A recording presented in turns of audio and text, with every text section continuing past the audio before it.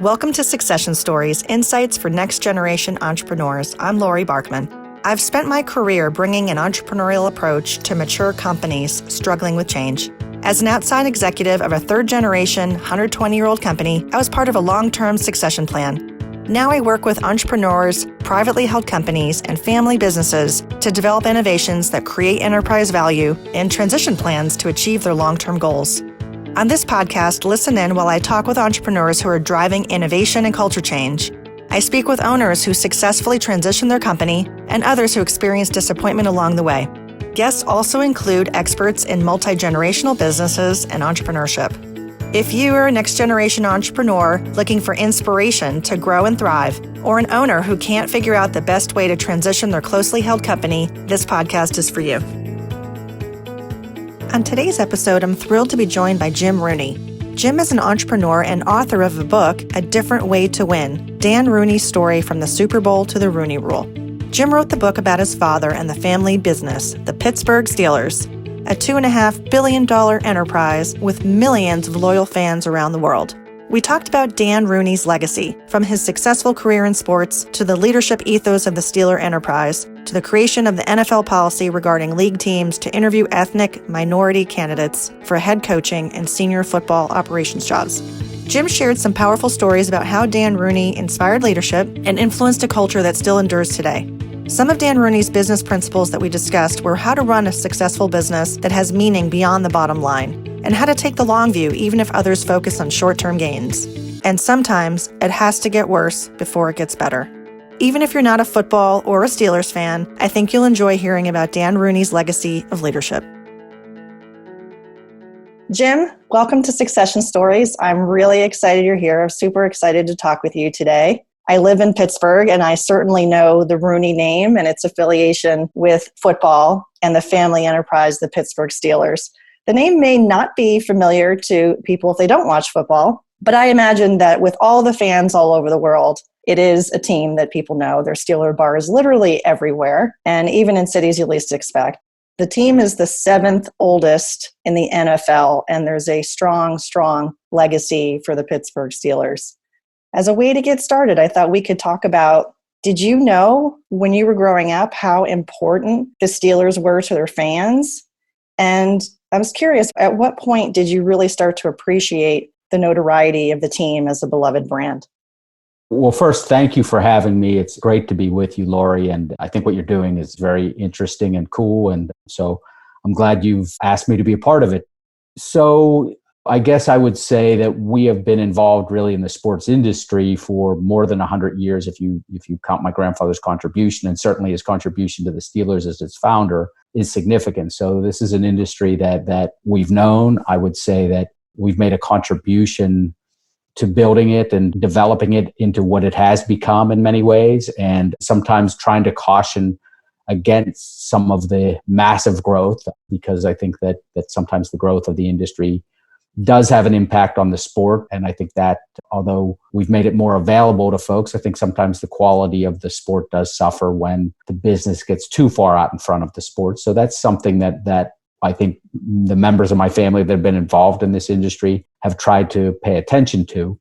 And I think that relates to your question, as we see fans not just as customers, certainly they are, and we understand the business side, but I like to think we see them as neighbors, and they're people that have choices with what type of entertainment they engage in, where they put their investments, how they spend their lives. And I think we've tried to build both a brand and an approach that has met and respected what is important to people who choose to be Steeler fans. So I hope that we've represented them well and done it in a way that's consistent with what they see as important in their lives.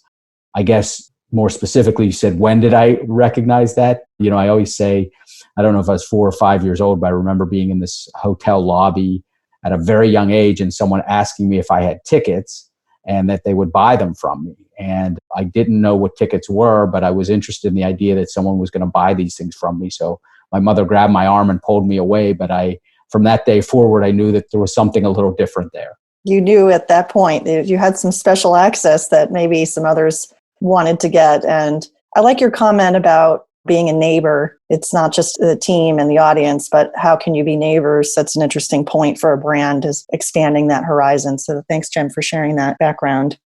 I wanted to ask, why did you decide to write the book about your father, Dan Rooney? And what was the toughest part about writing this book?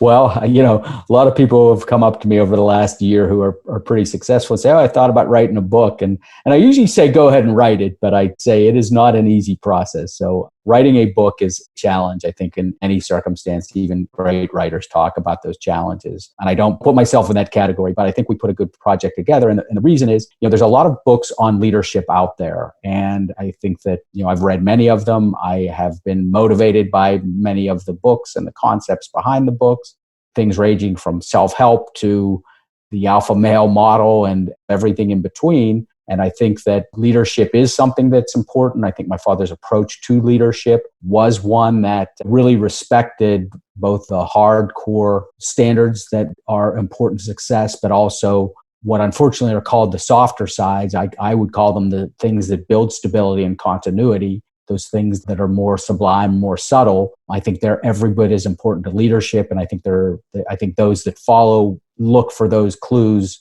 maybe in a more significant way and invest in the leaders more when they see clues of people who are willing to look at the humanity involved. So I put this story together because I think it's a story of someone who was, successful in a very public way in an industry that is very recognizable, and some of his accomplishments are very well known. And I think telling that story in reference to where we all want leaders to be or how we want leaders to act and their approach, it felt like it was appropriate. And I think I got a lot of good stories out. I talked to a lot of people that just gave me great content, and I think folks will enjoy engaging in those. That was probably really interesting experience to journey through the past too, and learn all these different things about your family that you didn't know. Yeah, it was. I often comment, I think the biggest context that was given to me that was different than I would expect was Commissioner Paul Tagliabue. Paul Tagliabue was the NFL's commissioner prior to Roger Goodell, who's the current commissioner, said to me, your father was the best risk taker I've ever known. And he said, look, there are other people that take risks, but no one that I've ever seen was willing to really get into how he defined risk. And that was get into the challenging situation, the mess, the difficulty, the ambiguity, not know what the outcome was going to be, not be worried about his reputation per se or the perception, but really get in there and work on trying to create a solution or a contribution to a challenge, whether it be the Rooney Rule, whether it be labor, his work in Ireland, all of those things. There's always going to be ongoing challenges around the circumstances or the conditions that he dealt with. And certainly none of them,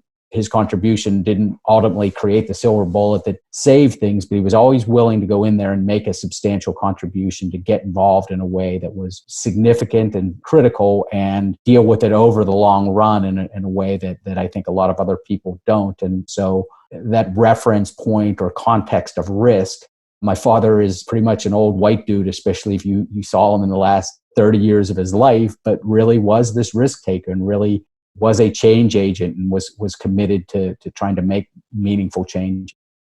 And you referenced your grandfather a few minutes ago, and that's probably a good place to sort of rewind and talk about him a little bit. He was grooming your father because your father was the oldest son, correct? And so he started grooming your father to run the team. And I don't know if your dad had realized it at the time, right? He was water boy or whatever he was doing. And eventually he took on more and more responsibility. And this story is part of the book I find so interesting. And I was wondering if you could talk about that, what the dynamic was for your father. And certainly once he started to take on more responsibility with the team and make some of those accomplishments you were just referring to, that was not overnight. That was over a stretch of 20 or so years or longer. Like you said, Laurie, it's decades. And I think when you look at a substantial change, a real transformation of a culture like my father brought to the Steelers, we hear the word culture a lot in sports, but really it is a long-term word. And to get a culture to truly transform and then sustain that new way of approaching things takes some time. And that's what my father took that time and remained committed. But I do always have to say that the core value of the Steelers, and when we're at our best, I think we always strive for it, but we achieve it, is, this notion that my grandfather brought, which was respect for the dignity of every person that comes in contact with the organization. And I remember, I started as a ball boy in the 70s and sitting down with my grandfather, and he said, I don't care if it's a player who we're in a difficult contract negotiation with. I don't care if it's a member of the media that has written, a negative story about us. I don't care if it is a fan who's upset about their seats or something. Can you get beyond that and respect the dignity of the person that you're dealing with? So that foundational condition, approach, whatever you want to call it, really was fundamental to my father. I think my grandfather had to believe that my father understood that if he was going to take over. And I think that he did understand that. And I think at different points he showed that in his leadership style. But then my father really combined business acumen. The idea, the shared revenue approach that the NFL has. So all 32 teams in the NFL share the revenue that we get from our television contracts. The idea that there's this, what they call the G4 stadium funding mechanism. So support from the league revenue to support the construction of new facilities and the upgrading of facilities. Both of those required an acumen, an understanding of negotiation, an understanding of working with people, an understanding of finance and accounting that my father focused on and really brought to bear in a substantial way.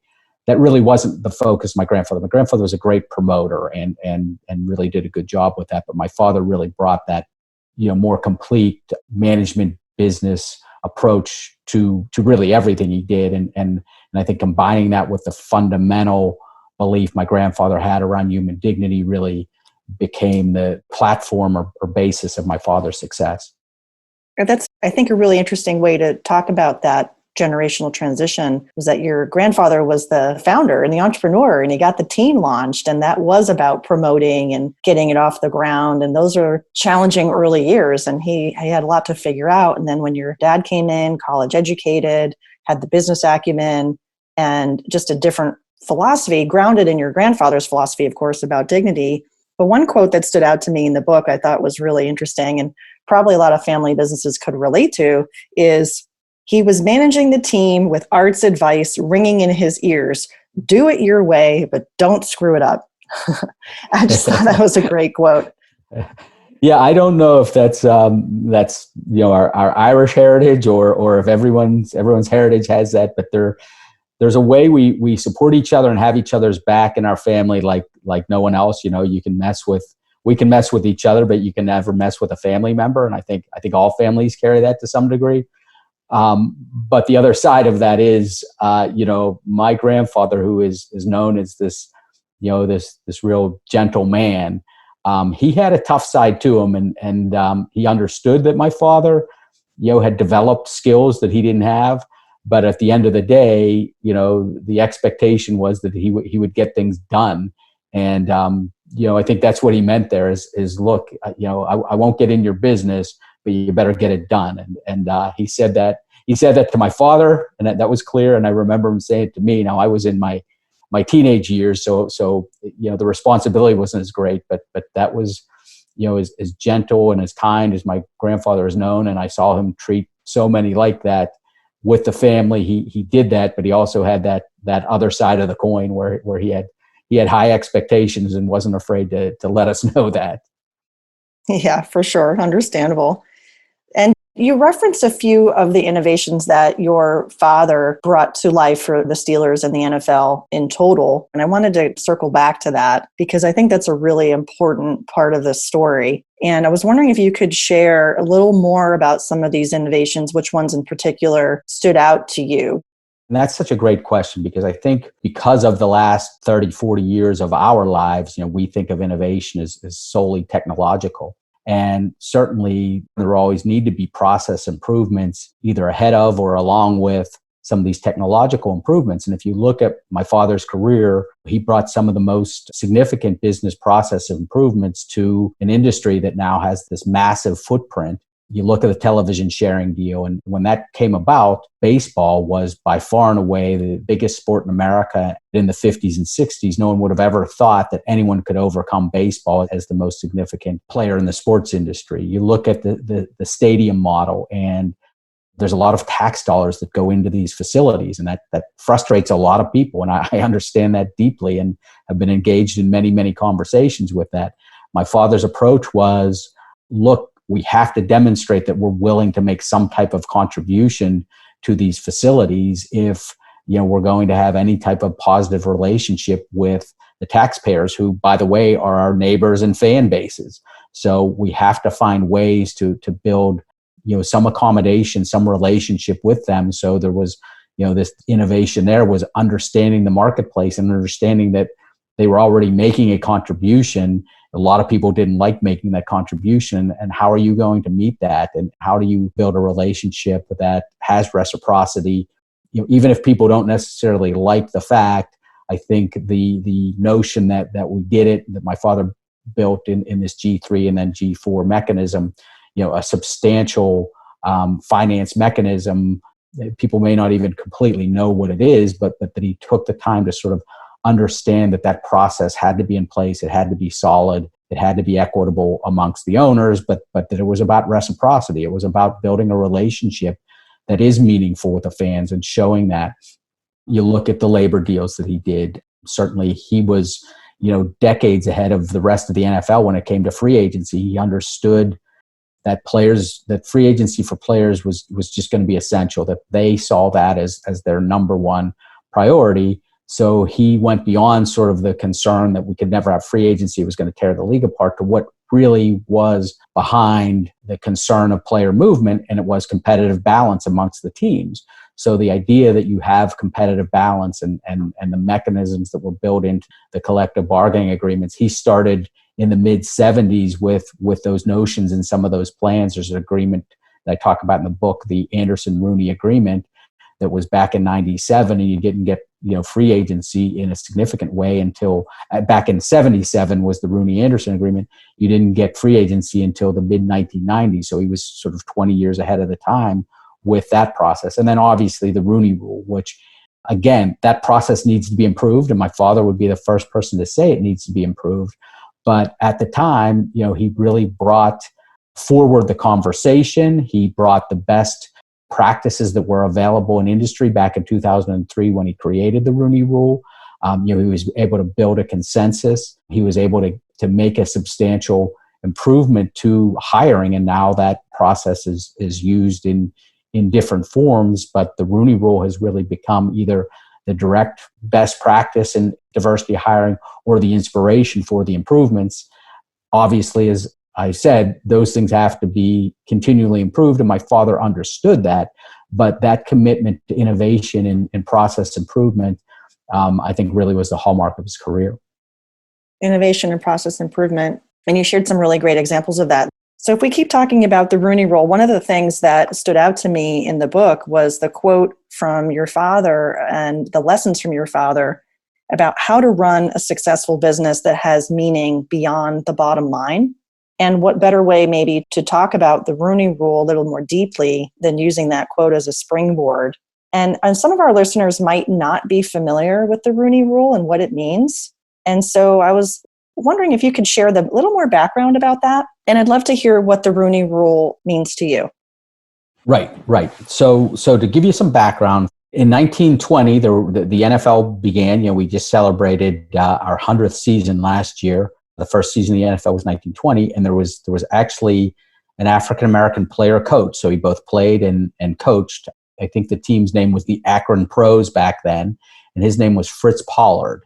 And so Fritz Pollard coached and played in the league for, I think, 5 or 6 years. And then up until 1932, you had some very limited but African-American participation. And then, unfortunately, because of the Depression and other reasons that I don't think they're good reasons, but, it was the situation at the time, you basically had an informal ban on African-American players from 32 to 52, from 1932 to 1952. And then the delay and certainly the player contribution from a diversity standpoint, contributed to the delay in coaching. There is, it's not a direct relationship between players and coaches, but traditionally many folks who play football end up getting involved in the coaching. So you had this delay in African-American coaches on the assistant level. The Steelers hired the first African-American assistant coach back in the mid 1950s. Tony Dungy, who became the first African-American coach to win the Super Bowl, was the first African-American defensive coordinator hired by the Steelers in, I think the year was 1981.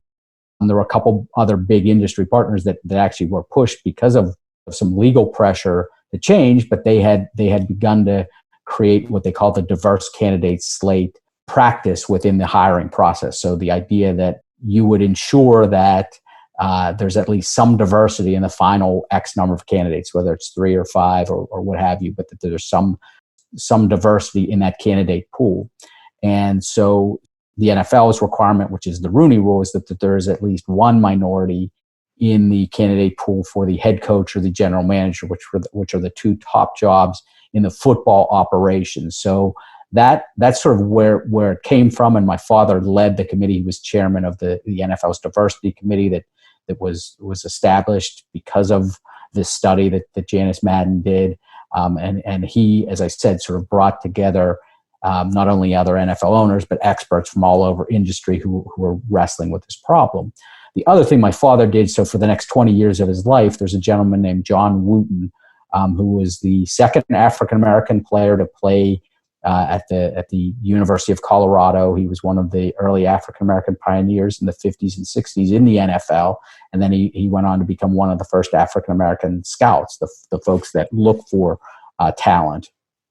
And John Wooten and my father partnered for the next 20 years to really create this championing or advocacy network where, they were constantly talking to teams, coaches, general managers, owners, at looking at diverse candidates and ensuring when jobs were coming available that there was, that diverse candidates were being considered and were part of that.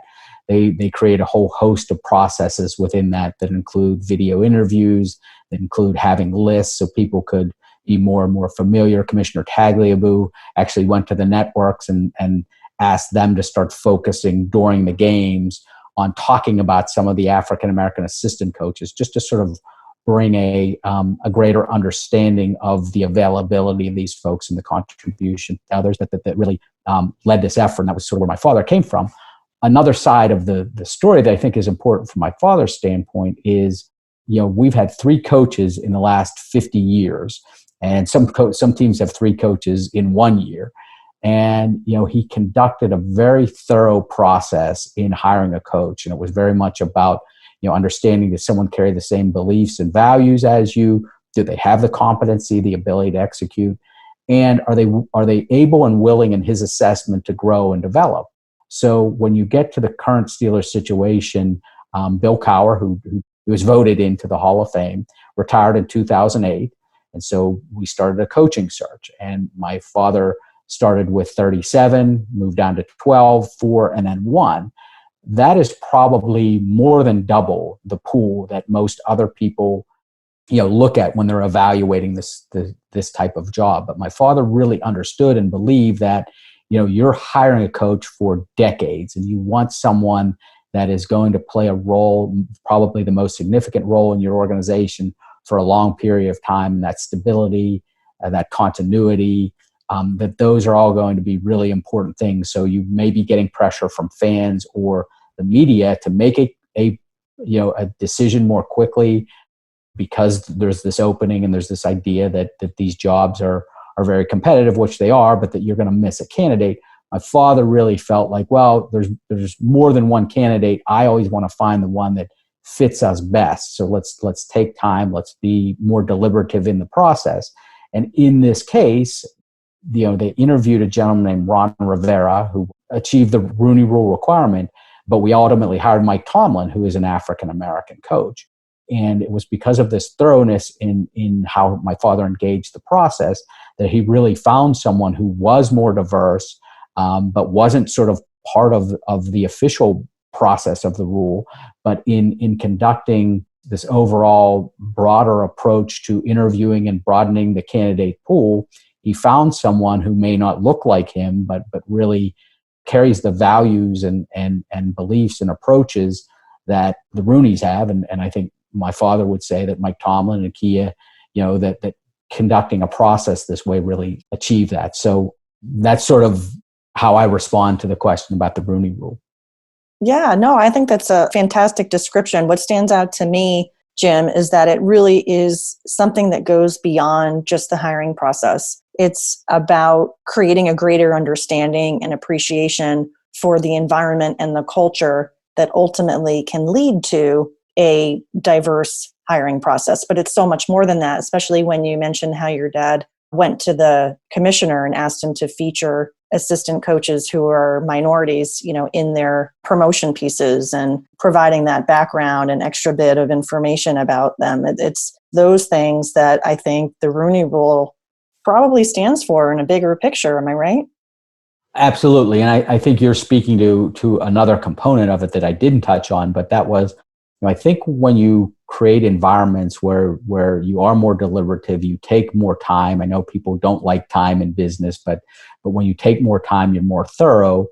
You create a sense of belonging. You create that sense of safety that everyone wants within their work environment. And all studies show that the most effective teams have that sense of psychological safety amongst them. And I think conducting a process that is very deliberate and very thorough speaks to creating that sense of belonging, I think, in a meaningful way. Another quote that stood out in the book was regarding how sports is a microcosm of life, regarding fierce competition and intellectual challenges. And especially with regards to the Rooney Rule, it's also around the culture and having that deliberative approach and being thorough. Yes, we're seeing it manifest in the Steelers and how the Steelers manages their team and their process. But I think for businesses, there's a larger message there that's really important. I want to segue now to talk about you and your business. You're an entrepreneur and you run a firm that works with organizations to enhance culture and build strong teams. So it sort of fits right in, right? This is perfect background for you to do this. What problems do you typically see organizations facing when they reach out to you? I'm guessing they reach out to you because there's something they want to work on. They need a solution to something. How do you help them? Well, let me jump back first a little bit and talk about how I got here, because it's a little bit of an interesting story and relates to my father. And then I'd certainly like to answer that question if I may. So the Steelers had been successful. We've had people ask my father to come speak about the Rooney Rule and about other contributions he's made in business. And as he was ambassador and also as he sort of started to age, I sort of became the emissary to go give those talks. And it was interesting to me how interested people were in the sort of approach that my father had. People were interested in this approach my father had when I'd be out speaking. And so, I began to have conversations with him about, look, I think this is something we should do as a business, but also a service, that people really feel that you've done things well.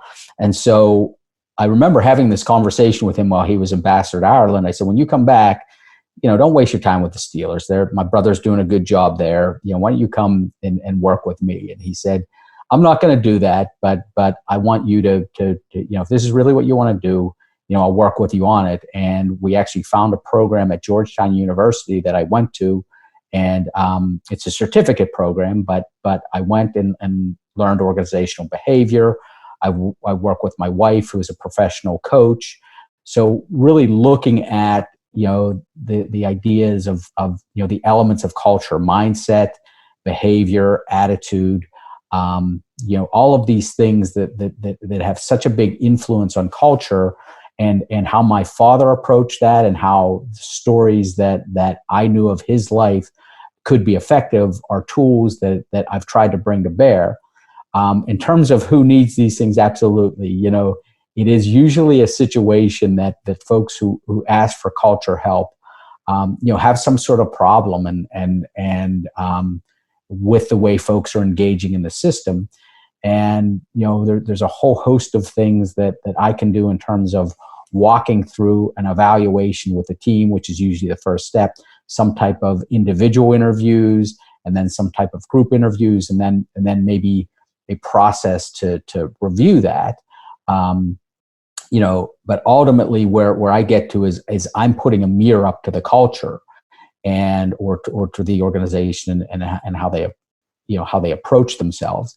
They have to make the determination whether they really want to make substantial changes. And then in terms of the change mechanisms, we've worked with design thinking, we've worked with the influencer model. I mean, there's a lot of great change tools out there, and we deploy what we think are best within the certain situation.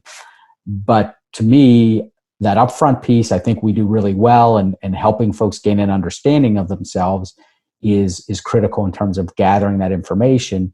But the inflection point is the organization and the leadership of the organization. When that mirror is held up to them, are they really willing to look at their gaps and their deficits, and are they really willing to make the changes, and that those changes are going to require time and effort, and a contribution, sometimes resources, and most people don't like change, and most people don't like to change themselves.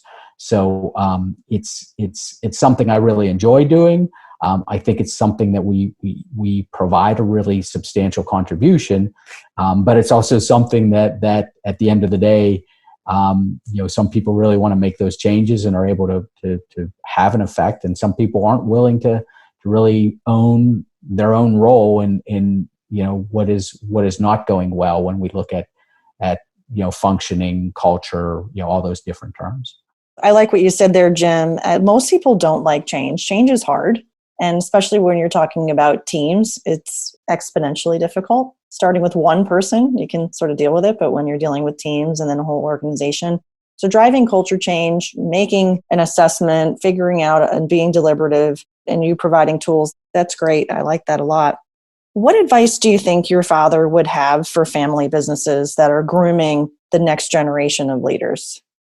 Absolutely. He would say, be authentic. Know your skill sets, know your strengths, know your weaknesses. If you have that alpha quality, and the way you get people to follow you is through motivation, inspiration, sort of a powerful presence that is vocal, then do that. But if you don't try to be that. Now, you're going to have to communicate. So all leaders, I think, have to work on improving their communication skills, but don't try to be a type of communicator that you're not.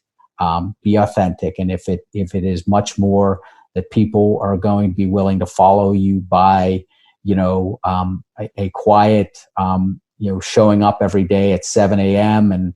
and getting things done when they're asked to be done, much more of a sort of quiet leadership style. Just do that well, be authentic, be thorough in that. But whatever it is that leadership, the most important part of leadership, from being around teams all my life, I always say, is followership. And people, can smell if something isn't real. And if they don't think there's authenticity or sincerity, they're not going to follow for long. So I know that's what my father would say, and I think that is probably the most important piece of evaluating and then preparing your successor. So another question for you is regarding what we're all experiencing today with the COVID-19 pandemic. It's a time of incredible uncertainty for many companies, for small businesses, large companies alike. And one of the quotes in the book from your father was, sometimes it has to get worse before it gets better. And maybe we can all relate to that quote now more than ever. What advice do you have for businesses at this time? Well, I think that, I do look back to my father at this time, and one of the many things that he did well, and is he dealt with ambiguity very, very well, and he was comfortable tolerating situations that, there were a lot of unknowns, and certainly he was always trying to seek as many knowns as possible and deal with conditions as they were.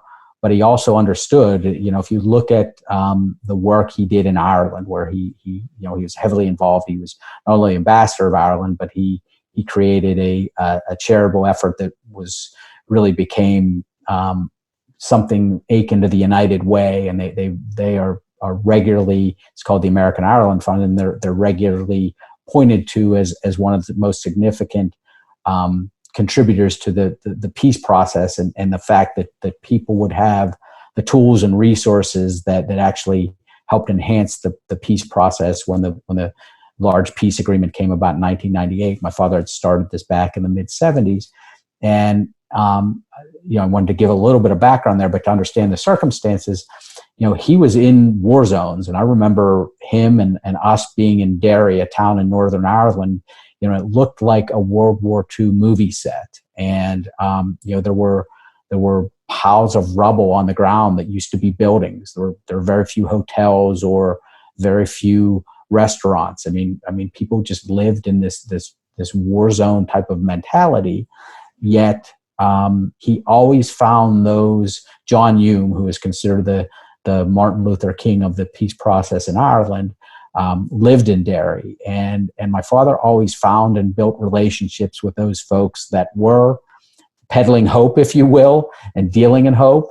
But there was also a reality. There was a sobriety that, this took 20 years. And I'm not saying that COVID-19 is going to take 20 years to overcome, but the idea that you're going to have to deal with the ambiguity, that you're not going to know all of the knowns, but that you try to keep your moral compass, your compass, set. You may have to make hard, critical decisions, but don't be making them out of fear and anxiety. Make whatever hard decisions you have to, and be sober and realistic, but understand that the goal is something positive.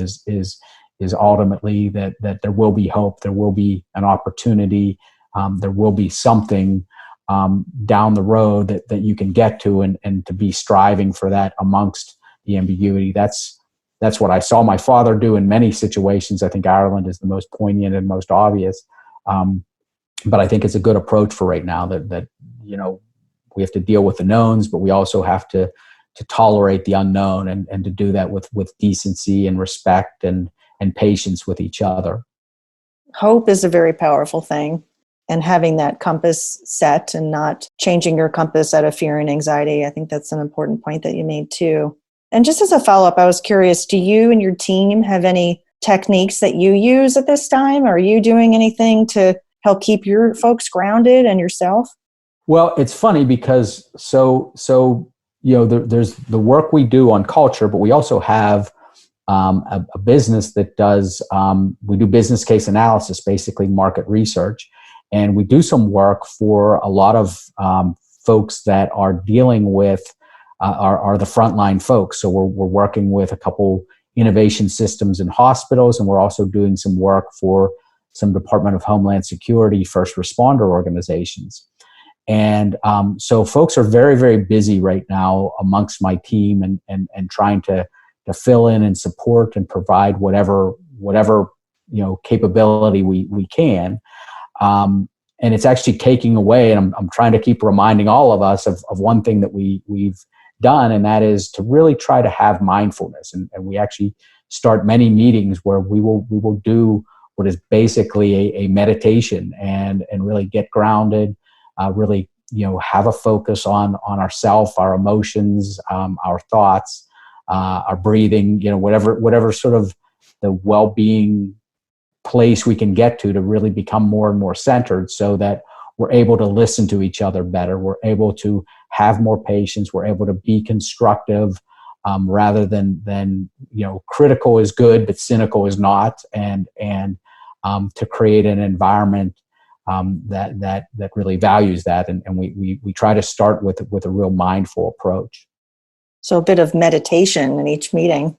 You can do that over Zoom too, right? I've done a few Zoom things, and Jill, who is is part of our ad hoc team here, has been in those mindful moments, and so it's everyone that becomes part of our team for a while gets some experience with that. And look, I think in the long run, it makes a lot of our decision making. I don't know that it makes it better. I don't know that you can enhance it, but I think it brings more wisdom into it that ultimately gives better results.